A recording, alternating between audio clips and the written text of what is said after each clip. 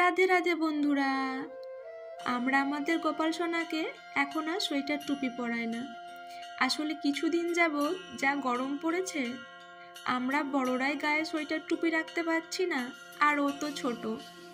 সকাল থেকে ওর কত ব্যস্ততা, কত কাজ, কত খেলাধুলা, বাপরে ও কিভাবে রাখতে পারে। তাই ওর সোয়েটার, টুপি, ব্ল্যাঙ্কেট সব কিছু ধুয়ে মুছে প্যাকিং করে সামনের বছর শীতের জন্য রেখে দিয়েছিলাম তুলে। সকালবেলায় যখন স্নান করাই গোপাল সোনাকে, তখন শুধু একটু হালকা পাতলা চাদর ওর গায়ে দিই, আর 10-11টার সময় যখন একটু গরম পড়ে তখন ওটা আবার খুলে নিই। কিছুদিন আগে তো আমি ফ্যানও চালিয়ে দিয়েছিলাম ওর কাছে গরমের জন্য। আর আজকে হলো পুরোটাই উল্টো, সকাল থেকে এত বৃষ্টি আর এত ঠান্ডা, সব কিছু পারতে হলো। রাধে রাধে।